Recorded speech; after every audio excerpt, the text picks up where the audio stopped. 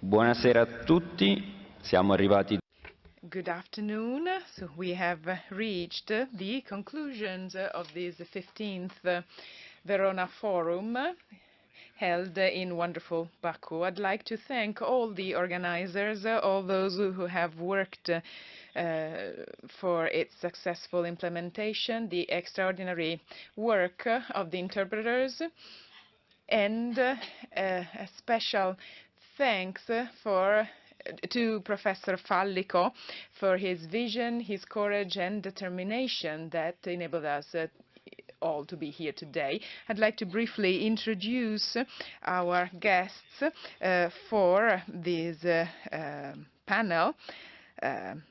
We have Manuela Traldi, President of the Italy-Azerbaijan Chamber of Commerce. His Excellency Sergei Razov, Ambassador Extraordinary and Plenipotentiary of the Russian Federation in the Italian Republic.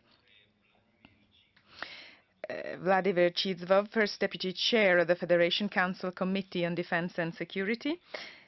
And Antonio Fallico, President of the Conoscere Eurasia Association. Very briefly, I would like to say that if I were to sum up these 2 days in just a few words, I would say dialogue, cooperation, and peaceful coexistence of sovereign peoples. Italy, in Italy, those who support the thesis of the forum is persecuted, and the forum was organized in wonderful Baku this year, which is a fundamental crossroads of Euro-Atlantic integration, and it plays a fundamental role in the new world order that is taking shape now. I would now like to invite Manuela Traldi for her concluding remarks. Thank you.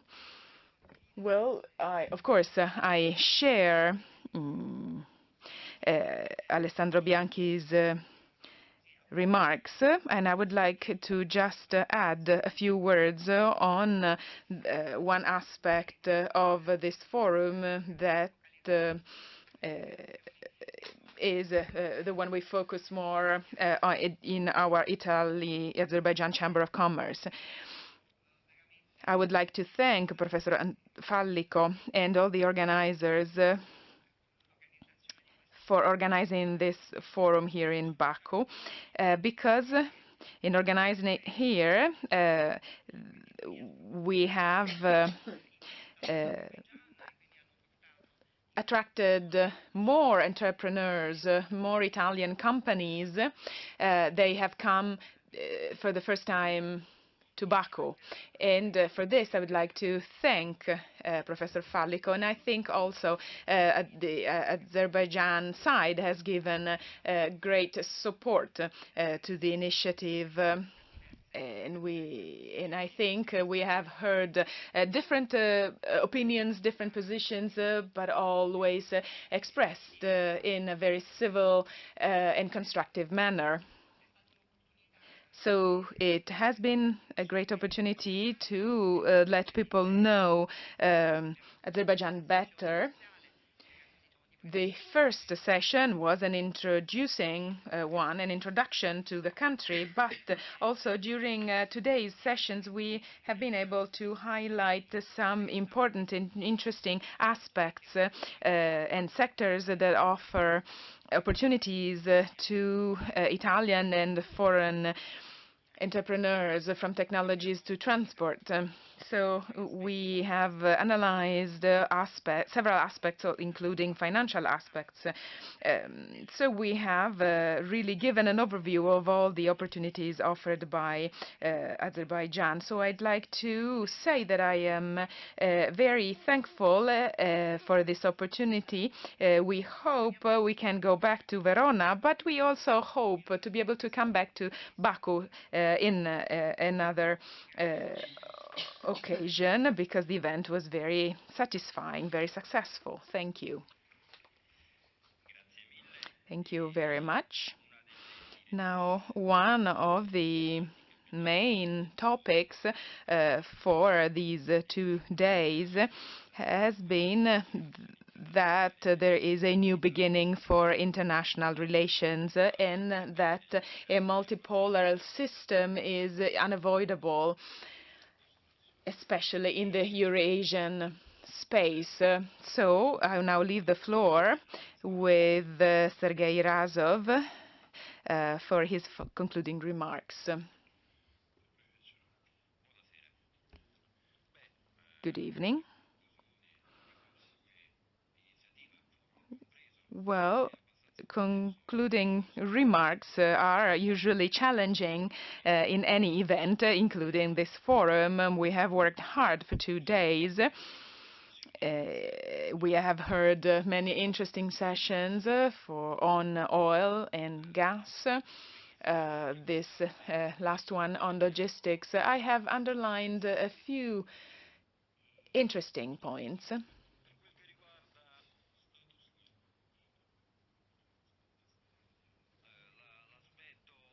As regards the organization of the state, of course, I have been participating in the forum several times, 8, 9 times, I believe, in Verona. And of course, this is the first time that we are off-site, so I can make comparisons. So I think this year was the first time with such high level of representatives. We have 2 deputy prime ministers, several deputy ministers of key ministries, executives of the main companies in the oil and gas sector, deputy prime ministers and deputy ministers on both sides, Russian and Azerbaijani, and I'd like to thank our Azerbaijani colleagues. They have worked hard to ensure the success of this forum. We have also seen participants from India, and yesterday our friend Antonio said that the forum has become even more Eurasian than before. And this has been proven by the high level of the participants this year. And as regards content, I would like to highlight many interesting moments. We have had a smaller meeting between businessmen from Italy and other countries who have met Deputy Minister Belousov from the Russian Federation. They have carried out a very important, useful discussion to create an economic and commercial cooperation. Of course, Italy is particularly close to me. And of course, this kind of discussion was held last on the 25th of January between President Putin and Italian businesses. So from then until today, we haven't had any other such important meetings. I'd like to share all the opinions and all the thankful words that have been said towards Antonio Fallico. I am deeply grateful to him. He invented the forum and has been supporting it at such a high level for 15 years. So each year the forum is improving in authoritativeness and in organizational quality. Of course, it wasn't easy to organize this forum here in Baku, so I'm also thankful to him for this. And today He was called the godfather of this forum, in a positive sense, of course, but it is true, he is the father of this forum. And just a few words as regards our bilateral Russian relations. In the last 2 days, we haven't even talked about this topic because the forum has gone much beyond our bilateral relations as it used to be in the past. The forum has indeed become much more Eurasian. Russian and Italian journalists are asking many questions regarding this issue, and I understand their interest because the Italian government now is new after the elections held about a month ago. And so there are a number of questions asked to me as to what kind of developments there will be in our bilateral relations. My personal view is that today, we cannot give rigid judgments and rushed judgments. The government is new, just received a positive vote from the parliament just a few days ago. We just heard Prime Minister Giorgia Meloni's speech that needs to be analyzed in depth. So I wouldn't pass any rushed judgment. Of course, during the electoral campaign, announcements and declarations were very rigid, as it is supposed to be. Now, the everyday life of the government is a different thing. Of course, we are listening to all the announcements made in recent times. Meloni had a phone call with Biden and with Steintenberg, with Zelensky, and other important state representatives. But I believe we need to wait. As regards our position, I can say that we are ready to keep in contact, to keep our contacts open and ongoing with the Italian government, the government elected by the Italian people, elected by Italian voters. And the decisions made by those voters were undeniable. 43% voted for the center-right coalition, including 3 parties. So the result was clear. And we trust that we will be able to keep cooperating along all several sectors. In the first 8 months of this year, we have seen interesting statistics in terms of cooperation, industrial and commercial cooperation. Exports, Italian exports towards Russia have decreased by 20%, which is understandable and easily explained due to sanctions. Russian exports to Italy have increased by 120%, if I'm not mistaken, which seemed quite strange. But it's actually easily explained as well, because 75% of Russian exports to Italy include oil, all byproducts, and gas, as it has been in recent years. Well, gas supplies have decreased by 30%, 13 billion cubic meters so the volume is shrinking, and the same is true for oil supplies. But there has been an increase in exports. Well, of course, prices have gone up, both for oil and gas. So during today's meeting with the first deputy minister with the Italian businesses, we shared the idea that until some time ago, more than 400 Italian companies used to work in Russia. So my question to Italian colleagues is, how are Italian companies doing in Russia? Some are just packing up and going away, or are they trying to weather the storm and see what happens? And so they're trying to stay in Russia, where they have been working for decades.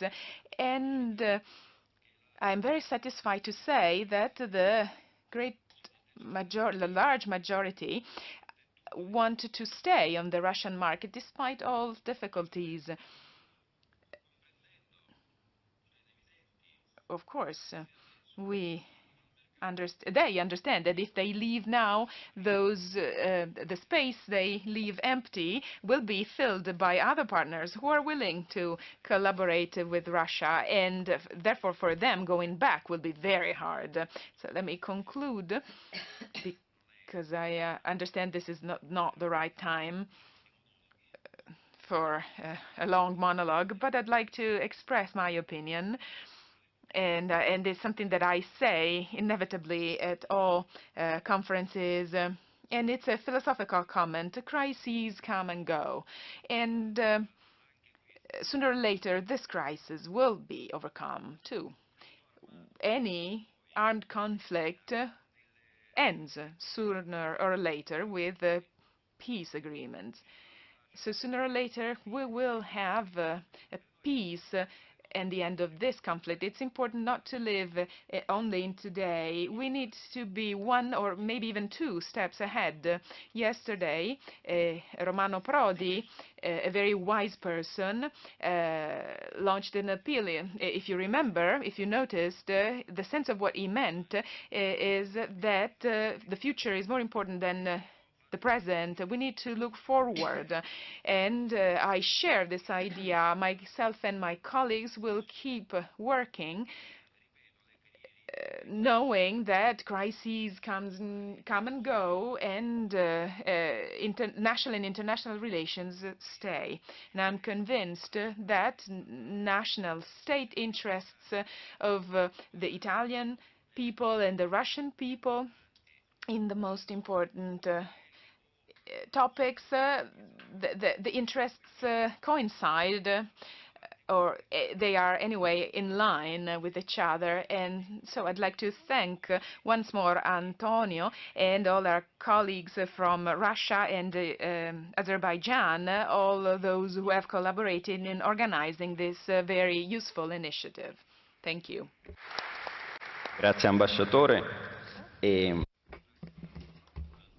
Another recurring topic in the forum, and going back to your last optimistic words of how to get out of the crisis, is this: the need to find new tools to get out of the current crisis. Before I give the floor to Senator Chizov, I'd like to say that he was a former permanent representative of the Russian Federation at the European Union, and so nobody better than him can tell us something about this aspect in his conclusion to the forum. Thank you very much, Mr. Senator.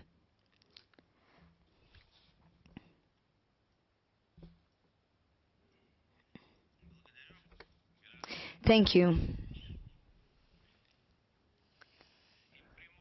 First of all, I would like to share and agree with the words of thank yous to all the organizers. I am talking, of course, of Professor Fallico, because without his energy, without his enthusiasm, none of this would have been possible. And this forum and last year's edition, probably it wouldn't have been possible to organize them. I also thank the officials from Azerbaijan. They have worked as guests and hosts, but they've also organized many they've talked about many projects that connect Azerbaijan with Russia, Europe and other countries in the region. We said that for the first time the forum has taken place away from Verona. Well, I would like to say that once with Antonio we managed to organize a traveling edition of the forum in Brussels. We had many hopes. It was 2020, but unfortunately the pandemic cruelly stopped our plan and destroyed our intention. However, I hope that we've discussed very current topics. We live in a new world. What are the characteristics of this new world? We're all talking about multipolarism. But the concept of multipolarism is nothing new. It's not something that appeared yesterday. It is an objective, a factual process that shouldn't worry us and shouldn't make us euphoric either. We shouldn't hop from one continent to the next to look for an alliance. This is something that some countries are doing, but this is not our intention. I think that if we look at the current situation from the European viewpoint, we can see a crisis in economy. We see inflation, recession in the euro area, where the inflation rate has now reached a two-digit value.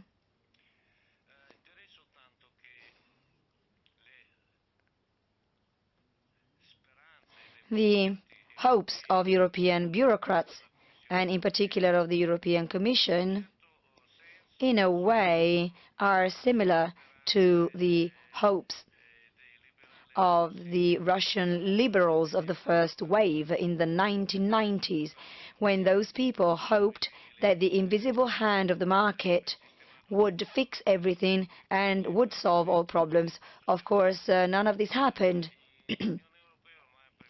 The European Union now doesn't talk about this. As for international law and the world order based on rules and regulations, well, this dichotomy wasn't created yesterday.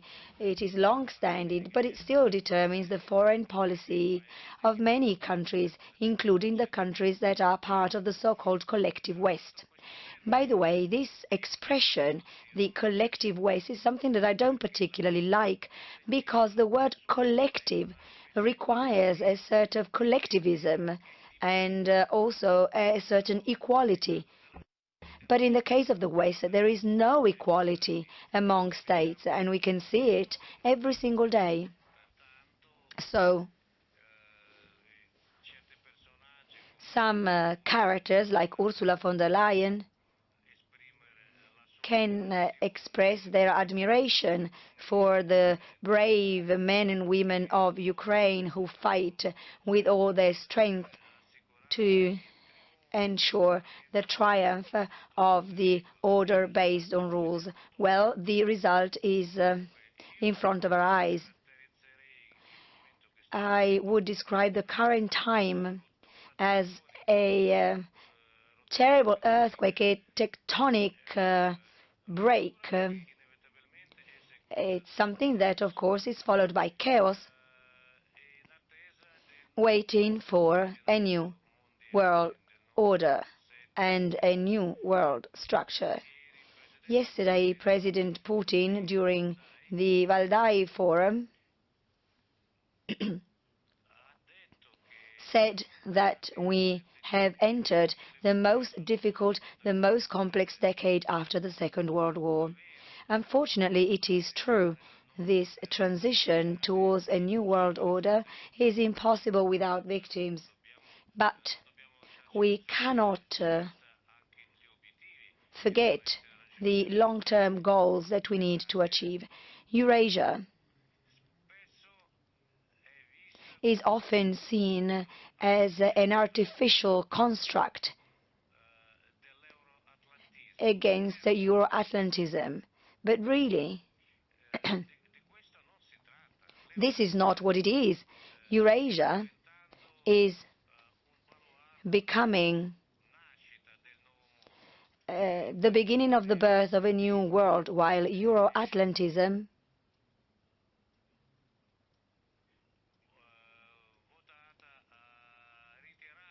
is doomed to disappear from the active political arena. I can think of the words of one of the smartest directors of the European Union, Jean-Claude Juncker, when he was president of the European Commission. And one day he said, if the G7 group, which previously was the G8, now he said, if the G8, if the participants of the G7 had to be chosen in terms of economic development by 2036, we would have no European country left in this group. This was what he said, and still the European Union proclaims itself an economic superpower and also a superpower in terms of lifestyle. But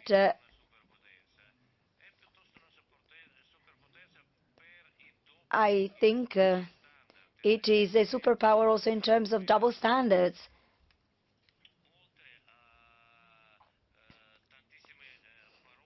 The leaders of the European Union spend many words on what is happening, and they launch appeals. They blame Russia for what is happening. But they said nothing truly concrete. For the EU leaders, the Ukrainian situation is a kind of a magic wand that relieves them of the responsibility of being responsible before their people. They now don't explain why it's cold in European homes, why energy bills are more expensive, why food is more expensive. They just explain it with the Ukraine war, and that's why I say it's a sort of a magic wand. The lady at the Ministry for Foreign Affairs in Germany, when she speaks, she shows that she's not really worried and interested in the well-being of their citizens. They're only interested in supporting Ukraine. During the recent summit, and by the way, the discussion took more than 3 hours, and a document was even issued, a many pages document, but this document only contains one line on this topic, saying that the parties discussed in detail relations with China. The discussion was held behind closed doors, and the heads of state and government, before entering the room, even had to leave outside their cell phones. We don't know whether any decisions were made or approved. We can only guess it. But I assume that there is no consensus now. And talking about the consensus of the Europeans on China, I think that there is more solidarity towards China than towards Russia, which is worrying to us. We are seeing a rebirth of extremism, and there is a certain lightness with which people talk about the possible use of weapons of extermination. The words on the dirty bomb is something that we all heard during the past few days. And so let me conclude by saying on a very serious note, the change in political generations is a natural process. But this generational turnover in European leadership also entails a change in the mindset of these people. Many key roles are held in Europe by people who feel are part of a united Europe, and only then do they see themselves as representatives of their national country. So there is a very strong connection between these two processes and these two aspects.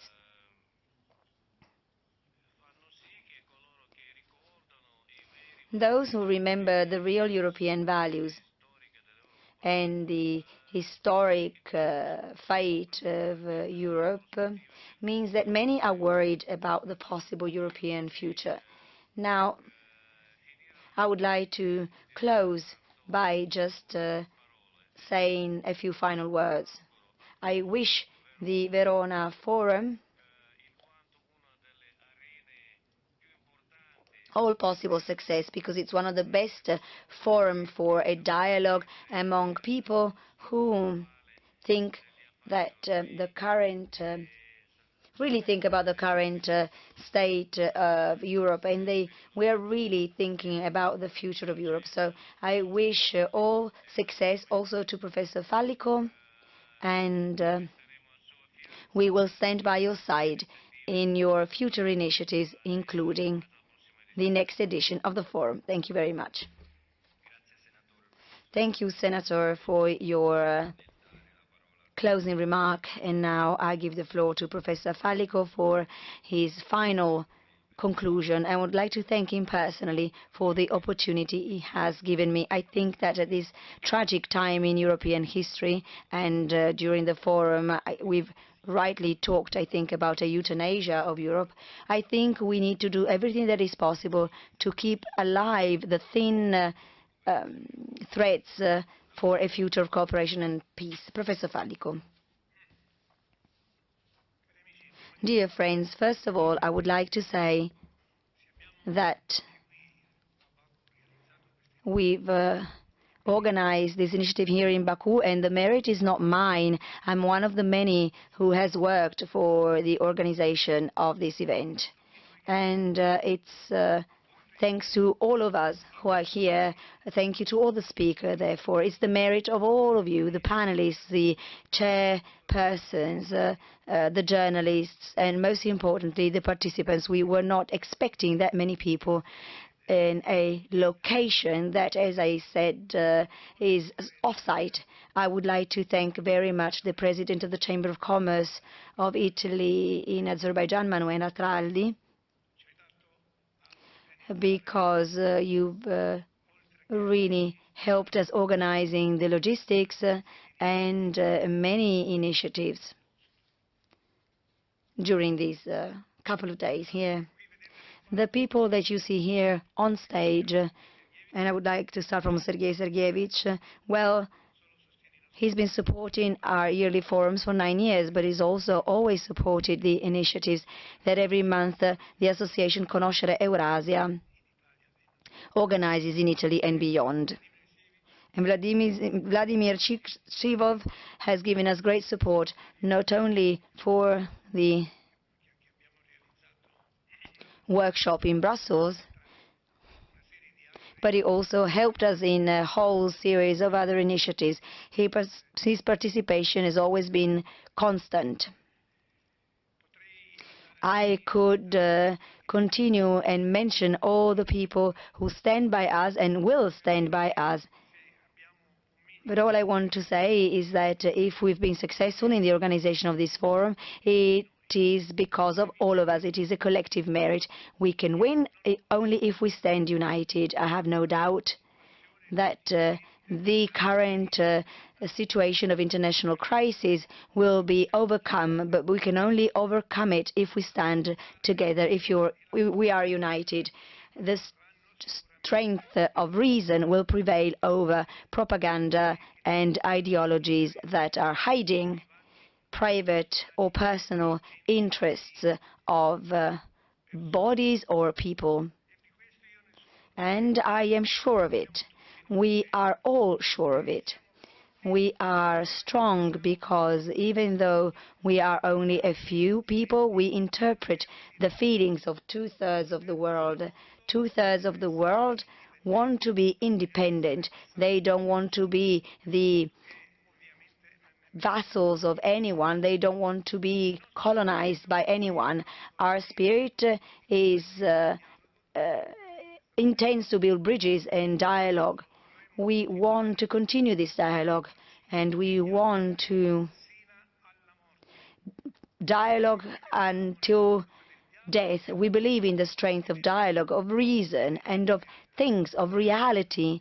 Reality is greater and more important than what we might think. Especially things are more important than propaganda. Reality is more important than propaganda. I'll be grateful if you will follow us in the future years as well. Next year we will organize the forum again. We are thinking of a series, we're thinking of choosing another location in Central Asia, and we will let you know in due time once we will have decided where to hold the forum in agreement with the authorities in the countries that we are exploring. I would like to thank all the authorities from Azerbaijan, Mr. Mustafayev, Minister for the Economy, all the organizations in Azerbaijan who have helped us in organizing the forum here in Baku, together with the Chamber of Commerce of Italy and Azerbaijan. I would like to thank Congress, our partner, for organizing this initiative abroad and in Russia. And I would like to thank all our sponsors and all our friends and participants who are here and who followed us from away. Thank you very much. Thank you, and soon I will put forward a final declaration of the forum to see if we all agree with it, if we all share it, so I will soon present it. Thank you very much. Grazie mille, Professore. Thank you. I join your thank yous, and so I kindly ask you to read the final declaration of the 15th Verona Eurasian Economic Forum. Thank you very much.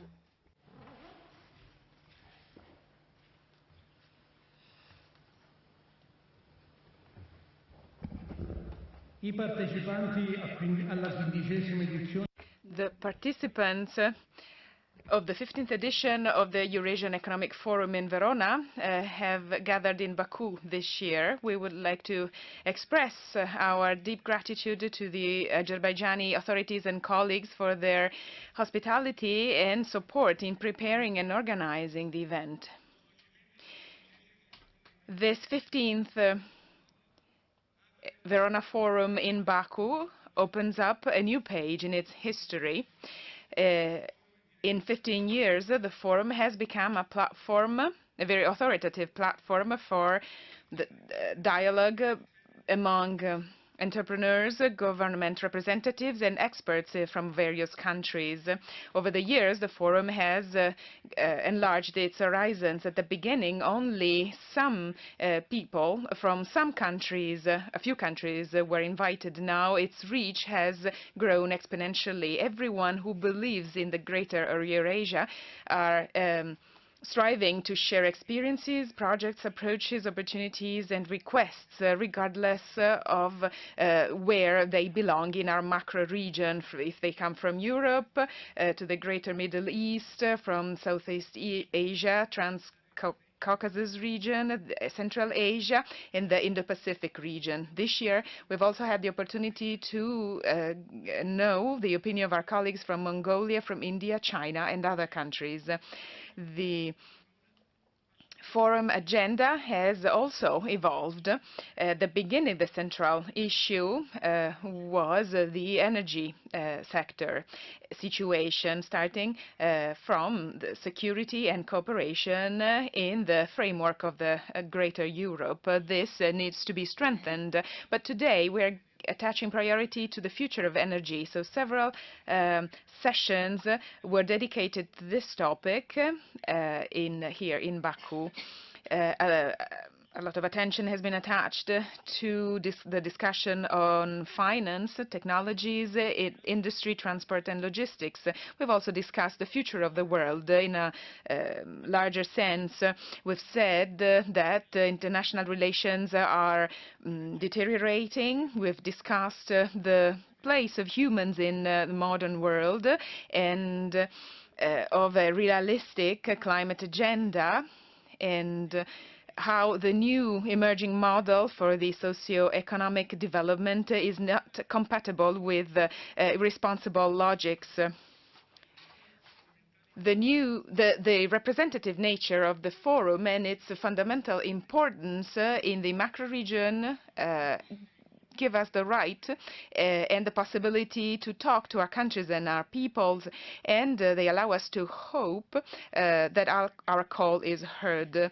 But this needs to be followed through with practical decisions and concrete examples. There is no alternative to a wider international cooperation that is also equal and inclusive. The business diplomacy has an important role to play in this context. All countries, all regions on the planet have an equal need for that cooperation. Until just a little time ago, everyone understood that, appreciated that, and supported that. And thanks to that cooperation, the G20 has become, or was able to stop the economic crisis and the financial global crisis, even though just temporarily. So now that cooperation has suffered strong blows. We need to go back to the previous phases. This is an absolute imperative. We invite all countries, all peoples who aspire to a common future to join efforts to establish a wider international cooperation, a more fair and inclusive cooperation that is a dialogue, not a confrontation, for development, not for degrowth. At the cost of endless sacrifices and losses, several conflicts and wars, the highest value of the international activity, humans have created the following idea: agreements must be kept. These words are sacred and allow us to create a situation that is based on the rule of law, on respect and mutual trust. Without these principles, the principle of private property, the protection of an open market economy principles, no economic projects, no current affairs, no plans for human life are possible. We ask for common sense to prevail, and that we stop any violation of international treaties, of the execution of contracts and private property. To sum up, everyone agree that the human beings need to be at the center of economic development with their interests and their needs. We all say that the economic development should go hand in hand with the development of humans at a spiritual, intellectual and moral level, but very little is being done to reach that goal. In most cases, only high-sounding slogans are declared, but there are no consequences, and this can no longer be tolerated. We ask everyone to join us and to put the interest of human beings before popular and social diplomacy. Our goal is for that criteria to become the decisive criteria whenever a political decision is made. Organizing the Verona Forum here in Baku is just the first step. Other cities in our macro region will follow. Baku was not chosen by accident. It's at the heart of Eurasia, thanks to its culture, its traditions, its history, and its political geography. Baku belongs to both Asia and Europe. For many years, Azerbaijan has been able to pursue a multilateral policy of cooperation and interaction with various countries and groups of countries belonging to different political and state systems. So we will be led by these same considerations when choosing other locations for the forum, who will want to go to the heart of Eurasia. With that endeavor, we would like to let our appeal be heard by a larger international audience. We are sure that the Greater Eurasia has an enormous creative potential. Our task now is to put it to the service of a peaceful and creative development of our planet. Thank you. Thank you, Professor Fallik. I'd like to thank all the speakers of this session that concludes the 15th Verona Eurasian Economic Forum. So we will look forward to know the next location and the next date. So thank you very much.